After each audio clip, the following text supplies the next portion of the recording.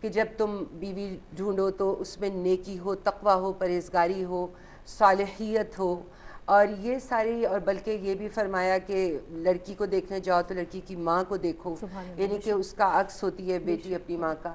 تو کہنے کا مقصد یہ ہے کہ یہ سلسلہ ماں کی اپنی کردار، شخصیت اور نیکی اور صالحیت سے نکلے گا. ٹھیک ہے، اس کے بعد جو ہے وہ وطن میں وہ بچہ خوش نصیب ہوگا کہ جس کی نیکی اور صالحیت اس نے بنیاد جو ہے وہ ماں کے وطن میں ہو گئی.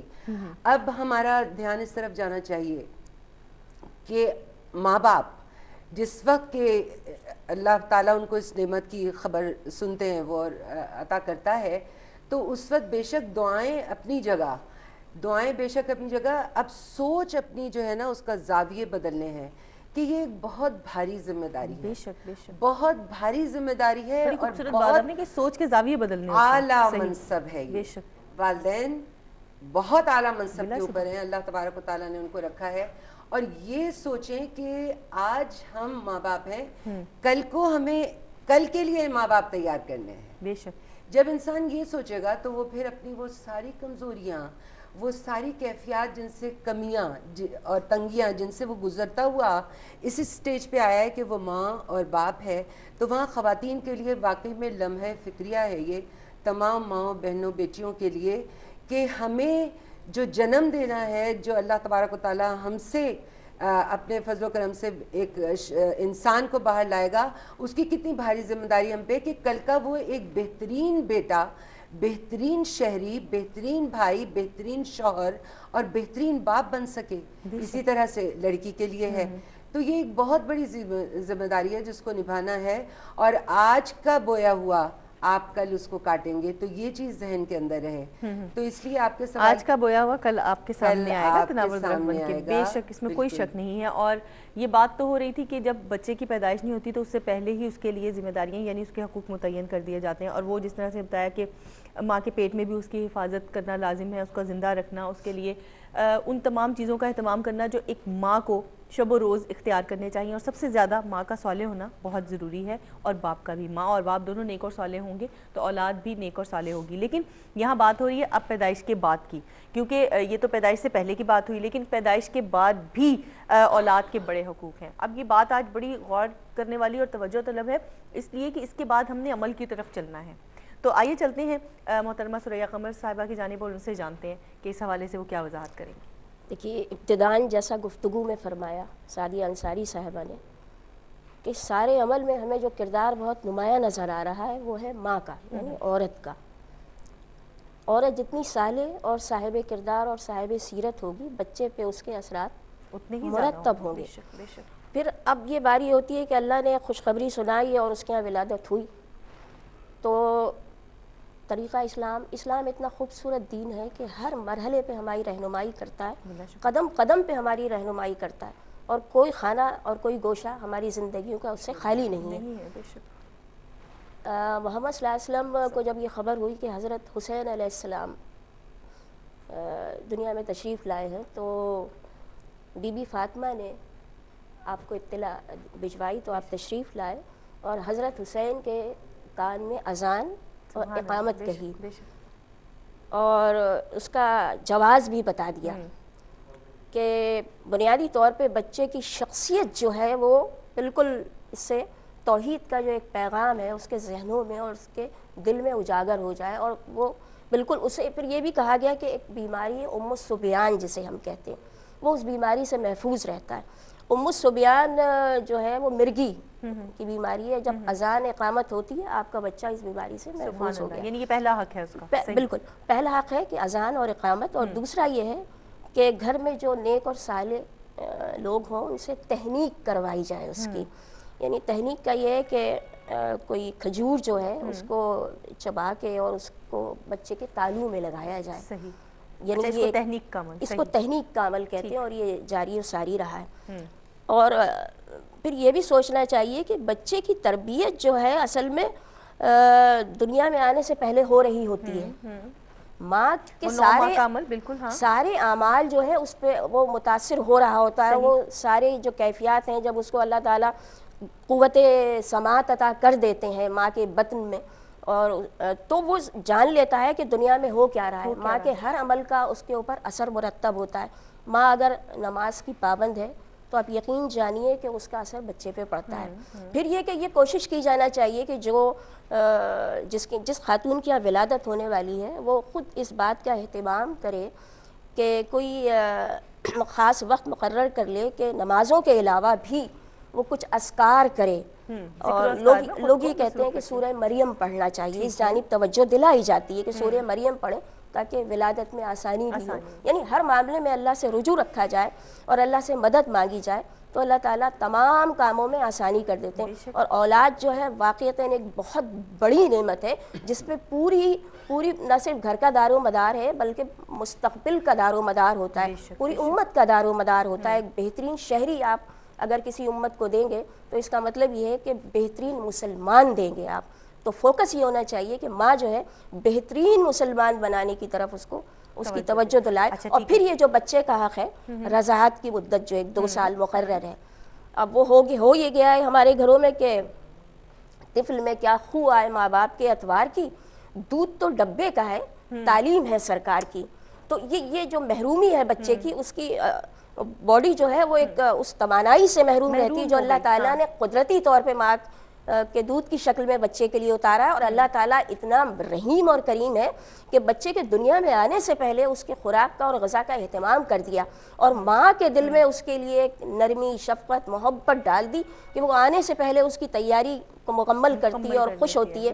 یعنی خوشی کا ایک نوید لاتا ہے جو بچہ ہے اور خوشخبری لاتا ہے, بشارت لاتا ہے. تو پھر اس بشارت کو سنبھالنا اور اس کے تمام اعمال کو مکمل طور پہ خلوص نیت سے ادا کرنا یہ ماں کی ذمہ داری ہے. اور باپ اس سے یقیناً بہرابر نہیں, اس کو ہم بری الذمہ نہیں قرار دے سکتے, وہ بھی ذمہ دار ہے. سکتے. بالکل یہ بات ہو رہی ہے بچے کی اس دنیا میں آنے کے بعد کی. ناظرین آپ بھی پروگرام میں شامل ہو سکتے ہیں اس لیے کہ بات بہت اہم ہے. بچہ جب ماں کے پیٹ میں ہے ذمہ داری تب بھی بہت اہم ہے, تب بھی بہت زیادہ ہے, تب بھی آپ کے کاندھوں پر بہت بڑا بوجھ ہے. ماں اور باپ یعنی میاں اور بیوی دونوں کو مل کر اس ذمہ داری کو سنبھالنا ہے. ماں اور باپ کو ان تمام اعمال میں حصہ لینا ہے, ان تمام عملوں میں حصہ لینا ہے کہ جس سے ان کی اولاد نیک اور صالح پیدا ہو.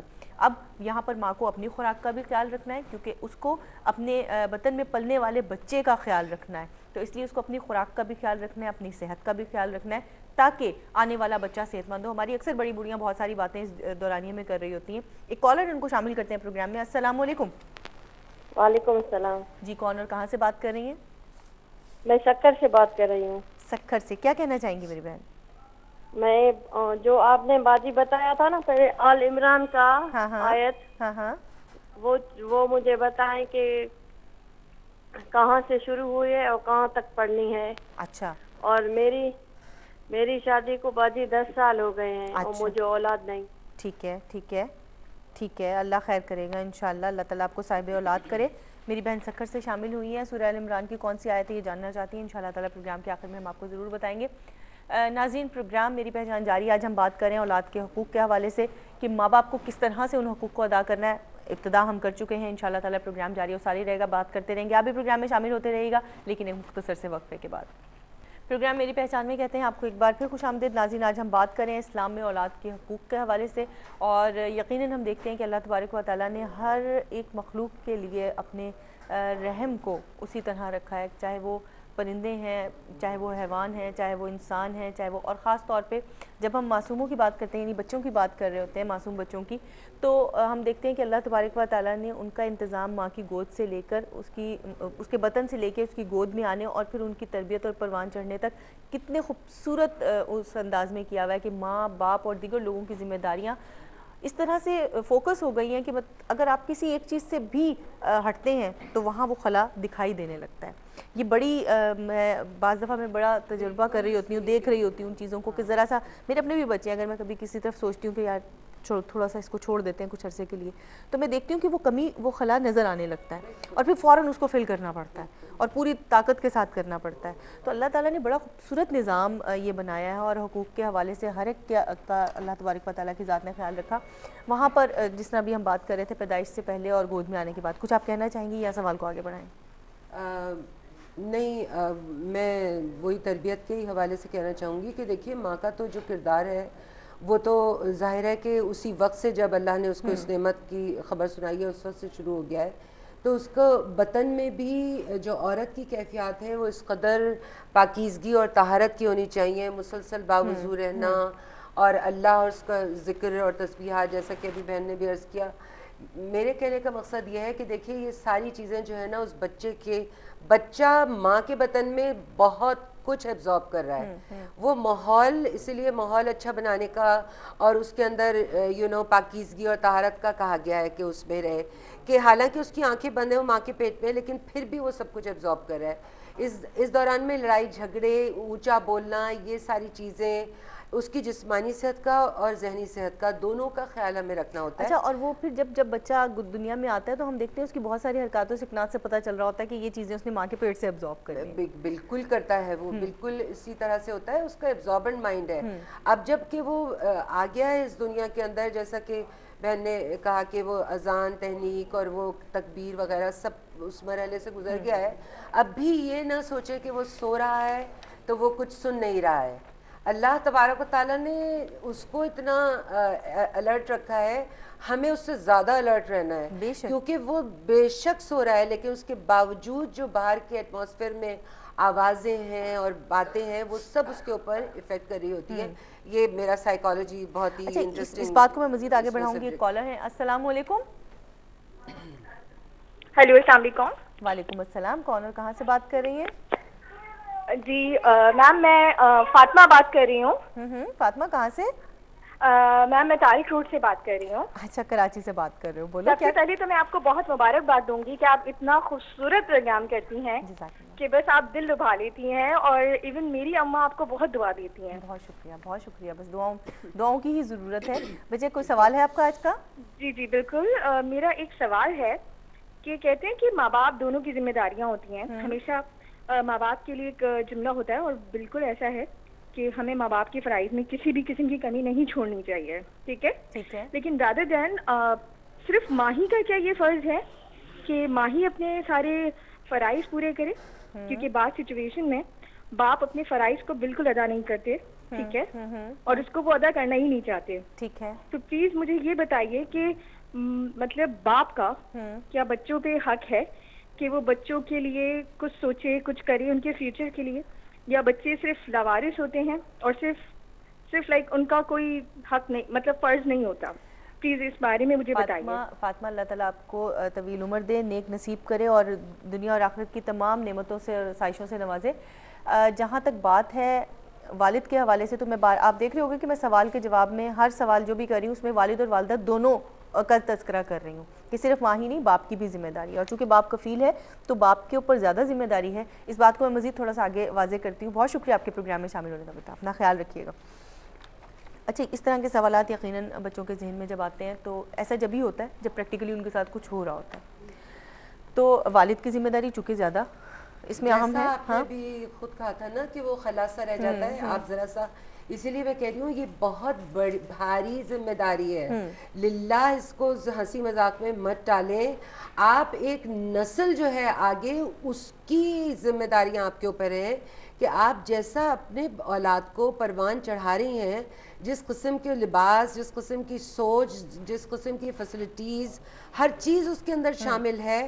یا خدا نخواستہ اگر گھر کے لڑائی جھگڑے ہیں, یا خدا نخواستہ آپ کی مس انڈرسٹینڈنگز ہیں, وہ تک سب کچھ اس کی شخصیت بنا رہے ہیں. تو ایک دفعہ جب اللہ نے آپ کو یہ خبر دے دی ہے, اور ایک دفعہ جب آپ اس میں نعمت کے حصول کے لیے جو ہے خوش بھی ہیں اور شاداں بھی ہیں, تو آپ یہ سوچیے کہ آپ کو ہر لمحہ الرٹ رہنا ہے. کوئی جگہ بیچ میں خالی نہیں چھوڑنی ہے, نہ والد کو اور نہ والدہ کو. والد کا صرف اتنا یہ ہے کہ وہ چونکہ گھر کے باہر جا کے اور وہ لے کر آتے ہیں, اس کا مطلب یہ نہیں ہے کہ وہ ذمہ داریوں سے بری ہیں, ابھی ہم اس کا بھی ذکر کریں گے. لیکن ماں جو ہے اس کا الرٹ ہونا بہت ضروری ہے. اس کو اپنی جانب سے, اس لیے کہ زیادہ وقت ماں کے ساتھ گزر رہا جی, تو اس کو دراصل وہ جو جنت کہا گیا ہے ماں کے پیروں کے نیچے, وہ بچے کی اپنی سعادت ہے جو بچپن سے آخر تک ماں کو پہلے اس کو دینی ہے.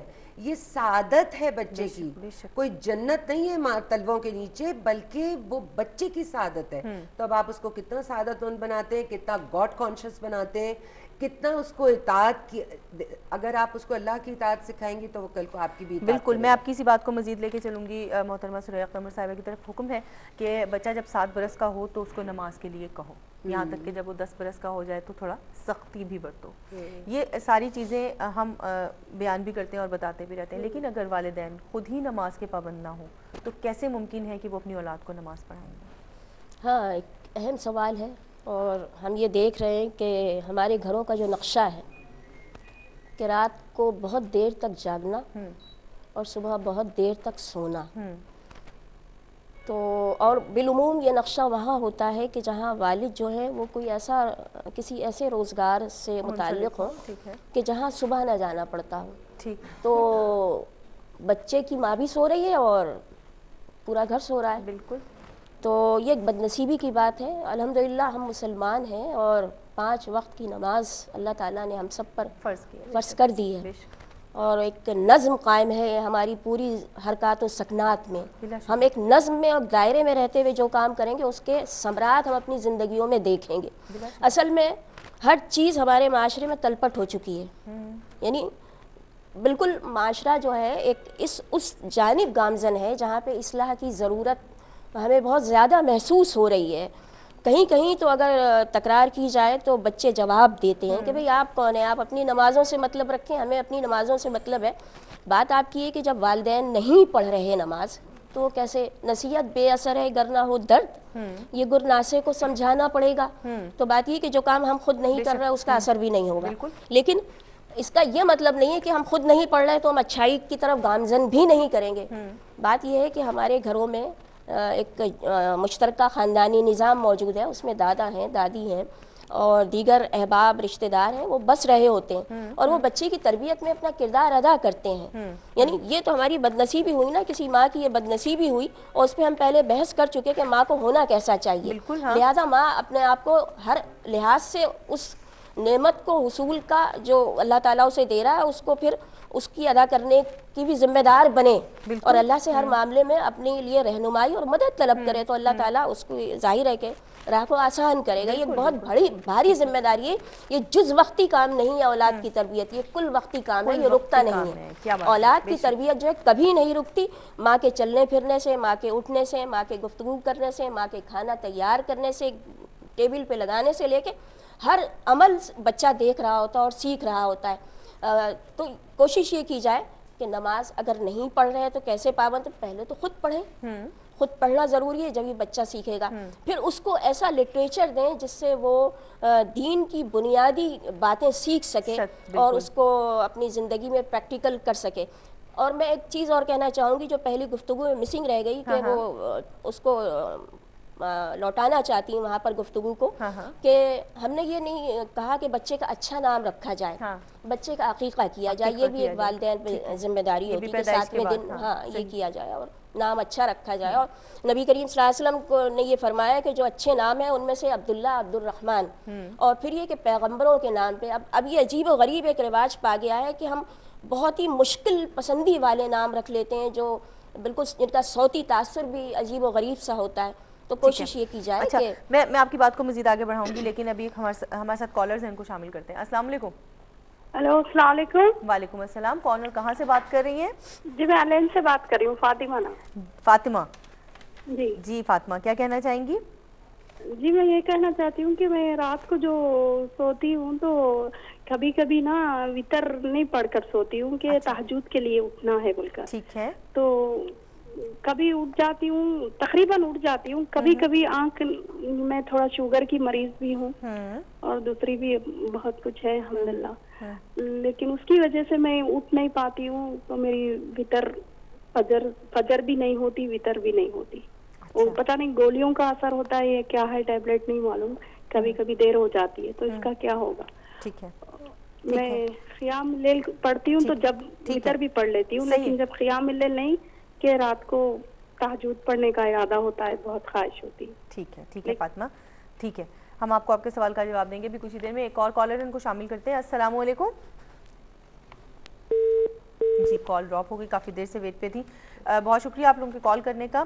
جہاں تک بات ہو رہی ہے آج بچوں کے حوالے سے, اور ہم بات کر رہے ہیں کہ والدین کو خود نماز کا پابند ہونا چاہیے, تو یہ بڑی لازمی چیز ہے. جب تک آپ خود عمل نہیں کریں گے تب تک بچہ اس پر عمل پیرا نہیں ہوگا, اور اگر اس کو ارد گرد سے ماحول ایسا میسر قسمت سے آ بھی جاتا ہے اور وہ اس پر عمل پیرا ہوگا, تو ماں اور بچے کے درمیان میں, باپ کے بچے کے درمیان میں ایک خلید سی آ جائے گی, ایک کانٹا سا آ جائے گا کہ جو اس کو ہمیشہ چپتا رہے گا کہ میرے والدین نماز ادا نہیں کرتے.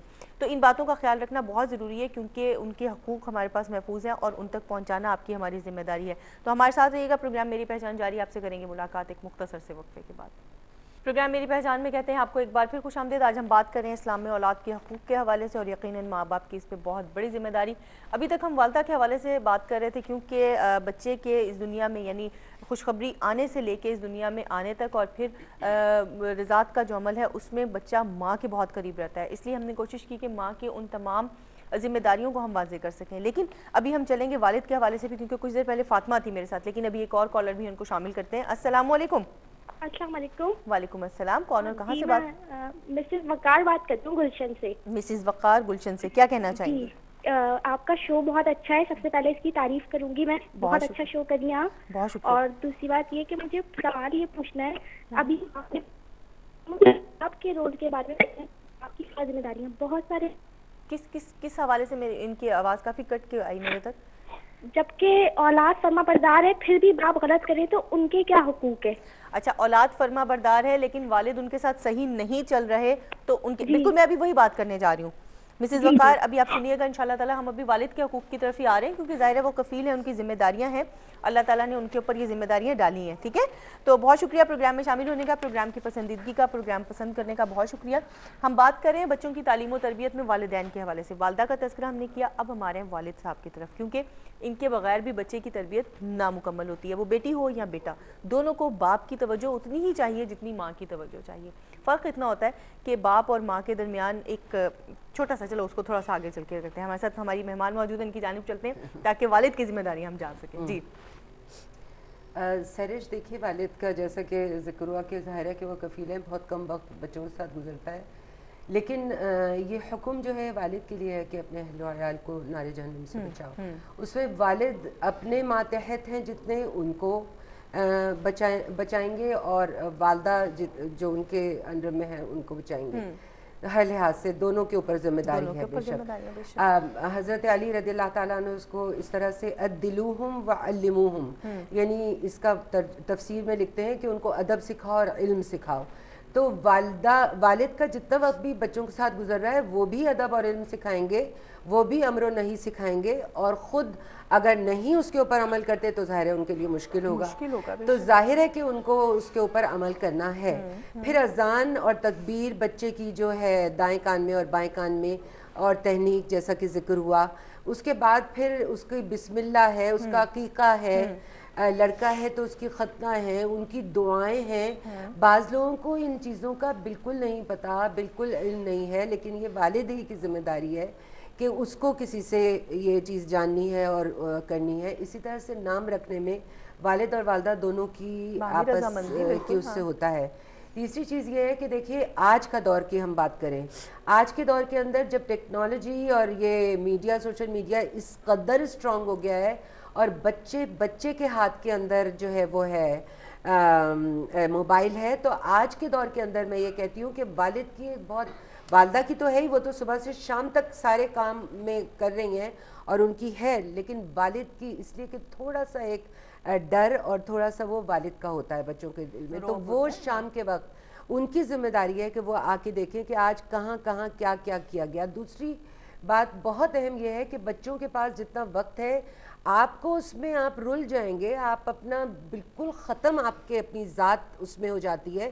کوئی آسان کام نہیں ہے ایک بہترین انسان کھڑا کرنا اور کل کے بہترین شہری اور بہترین مسلمان کھڑا کرنا, لیکن ماؤں نے کر کے دکھایا ہے.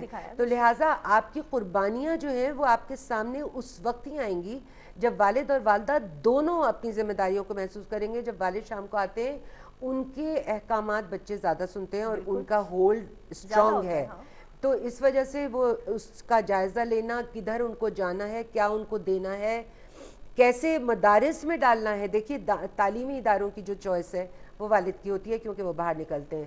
تو لہٰذا جب وہ وقت آئے تو ان کی چوائس ہونی چاہیے, ایسی چوائس ہونی چاہیے کہ اگر گھر کے اندر دین سکھایا جا رہا ہے پراپرلی, ان کو گاڈ کانشیسنس دی جا رہی ہے, تو پھر جو ہے وہ تعلیمی اداروں کے اندر بھی ایسے چوز کریں. ٹھیک ہے, تو یہ ساری ذمہ داریاں والد کی ہیں. صحیح. اچھا جی, چلیں گے محترمہ, ہمارے ساتھ سریا قمر صاحبہ موجود ہیں, ان کی طرف آؤں گی. کہتے ہیں بچہ کورے کاغذ کی مانند ہوتا ہے, جو تحریر چاہو اس کے اوپر رقم کر لو. کیا کہیں گے آپ اس بارے میں؟ ہاں, لیکن اس کنٹینیویشن میں جو گفتگو ابھی سعدیہ انصاری صاحبہ نے کی, دیکھیے باپ کے اوپر معاشی ذمہ داری ہے, یعنی رزق حلال کمانا. اور رزق حلال کا اتنا بڑا مطلب نقطہ آپ سمجھ لیجئے کہ جو غذا وہ کھا رہا ہے اس سے اس کی فکر بنتی ہے. یعنی اگر رزق حلال ہے تو صالح فکر ہوگی, اگر اس کا رزق صحیح نہیں ہے تو فکر بچے کی صالح نہیں بنے گی. جو خون بن رہا ہے اس کی باڈی میں اور جو جس طریقے سے اس کی تربیت ہوگی اس غذا کے نتیجے میں, تو رزق حلال کھلانا باپ کی نمبر 1 ذمہ داری ہے. پھر بہترین تعلیم و تربیت جس کا ذکر ہوا کہ اس کو دی جائے اور اس کے لیے پوری کاوش کی جائے. اور میں یہ سمجھتی ہوں کہ ماں باپ کی بالکل خواہش ہوتی ہے اور کوشش ہوتی ہے کہ وہ بہترین سے بہترین تربیت دیں. نامساعد معاشی حالات کی وجہ سے کچھ والدین یقیناً پیچھے رہ جاتے ہوں گے, لیکن اب ہر جگہ یہ ہے, مطلب یہ کہ روزی روزگار اور کشائش ہے اس میں اور فراوانی ہے, تو کوشش یہ ہوتی ہے کہ اس کا. اب آپ نے جو یہ بات کہی کہ کورے کاغذ کی طریقے سے, بات یہ ہے کہ جو ہمارے جو ماہرین نفسیات ہیں وہ کہتے ہیں بچے کا ذہن جو ہے سادے سلیٹ کی طریقے سے ہوتا ہے, جو لکیر آپ اس پہ ڈال دیں گے, جو نقش ڈال دیں گے وہ ہمیشہ رہے گا. پھر والدین کی بات کو کبھی ڈینائی نہیں کرتا, بالخصوص ماں کی بات کو کبھی ڈینائی نہیں کرتا. پھر اپنی ٹیچر کی بات کو کبھی ڈینائی نہیں کرتا. وہ کہتے ہیں جو ٹیچر نے کہہ دیا وہ بالکل اوکے, جو ماں نے کہہ دیا وہ بالکل اوکے, جو میرے دادا دادی نے کہا ہے اس کو کوٹ کرتا ہے وہ. تو بات یہ ہے کہ اچھی بات بتائی جائے, وقولوا للناس حسنا, اور جب بات کرو تو اچھی بات کرو. اس کو خاندان کے دیگر جو ممبران ہیں ماں باپ کے علاوہ بھی ان کے بارے میں اس حوالے سے اس کی توجہ دلائی جانا چاہیے, اس کی تربیت, اس کے ادب, دادا دادی, چچا چچی, پھپھا پھوپھی, خالہ, یہ سارے رشتے اسے بتانا چاہیے اور اخلاق اس کو بتانا چاہیے. اخلاق آپ کی پہلی ذمہ داری ہے کہ آپ اس کے اخلاق کی اچھی طریقے سے تربیت کریں اس کی. اچھا, سوالات کے جوابات ہم لے لیتے ہیں, بہت مختصر وقت ہمارے پاس بچا ہے. سکر سے ہماری بہن تھی جنہوں نے کہا سورہ ال عمران کے حوالے سے جو میں نے تذکرہ کیا, اولاد کے مطلب بیسکلی وہ چاہ رہی ہیں ان کی اولاد نہیں ہے.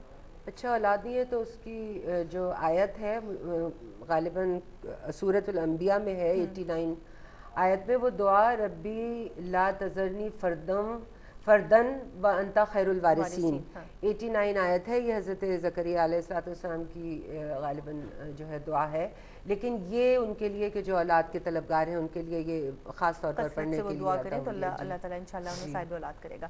اچھا فاطمہ, آپ کے سوال کا جواب آپ کو ملا, انشاءاللہ تعالیٰ ابھی کچھ دیر پروگرام کے ایکسٹرو میں بھی دوں گی. ہماری ایک اور بہن تھی جنہوں نے کہا کہ کبھی کبھی وتر پڑھ کر نہیں سوتی ہیں اور تہجد کے لیے اٹھ جاتی ہیں, فجر بھی رہ جاتی ہے, تو کیا اس حوالے سے ان کو کرنا چاہیے؟ وتر پڑھ کے نہیں سوتی ہیں, ہاں مطلب وتر تو پڑھ لینا چاہیے. اگر اتنی دیکھیے بعض لوگوں کی اتنی اچھی عادتیں ہیں کہ ماشاءاللہ ان کی نہیں قضا ہوتی, تو وہ ان کے لیے تو ٹھیک ہے, لیکن جن کی ہو جاتی ہے اور فجر بھی ہو جاتی ہے تو ان کو تو پڑھ کے سونا چاہیے تاکہ مکمل ہو جائے نا ایک دن کی نماز. کوشش کریں, ہاں. ٹھیک ہے, ایک کالر ان کو شامل کرتے ہیں. السلام علیکم. السلام علیکم. جی وعلیکم السلام, کون اور کہاں سے بات کر رہی ہیں؟ شہریش, میں شیریں بات کر رہی ہوں کراچی سے. جی شیریں, ماشاءاللہ جیسا آپ کا نام ہے ویسے ہی لب و لہجہ بھی ہے, کیا کہیں گی؟ آپ ہمیں بہت اچھی لگتی ہیں ماشاءاللہ, آپ کا پروگرام بہت اچھا لگتا ہے, اور میں بس آپ کے پروگرام کی تعریف کرنے کے لیے میں نے کال کی ہے, اور مجھے آپ سے بات کرنے کا بہت شوق ہے. اچھا, بہت شکریہ شیریں, بہت اچھا لگا آپ سے بات کر کے. ہمیں بھی جی, میں اولاد کی تربیت کے حوالے سے ہی بات کر رہی تھی کہ ہم آپ کا پروگرام دیکھتے ہیں, آپ کے پروگرام سے بہت کچھ سیکھتے ہیں, اور میں اپنی اولادوں کو دکھاتی ہوں, وہ دیکھتے ہیں, جبکہ میرے بچے چھوٹے ہیں, ایک 9 سال کا ہے اور ایک 5 سال کا ہے. ماشاءاللہ وہ بھی بہت تعریف کرتے ہیں, کہتے ہیں ماما یہ آنٹی بہت اچھی باتیں بتاتی ہیں. بہت شکریہ, اللہ تعالیٰ ان کو لمبی عمر دے, صحت تندرستی والی دے, اور اللہ تعالیٰ ان کے بلند نصیب کرے. بہت شکریہ. جی, بس آپ ہمیں دعاؤں میں یاد رکھا کریں, اور اللہ تعالیٰ آپ کے پروگرام کو ترقی دے, آپ لوگوں کو صحت و تندرستی دے. آپ بہت اچھی مہمان بلاتی ہیں ماشاءاللہ. بہت شکریہ.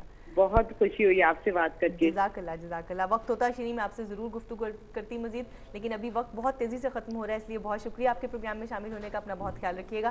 ہمارے ساتھ موجود ہیں محترمہ سریہ قمر صاحبہ, کیا پیغام دینا چاہیں گی آج کے اس پورے پروگرام کے حوالے سے؟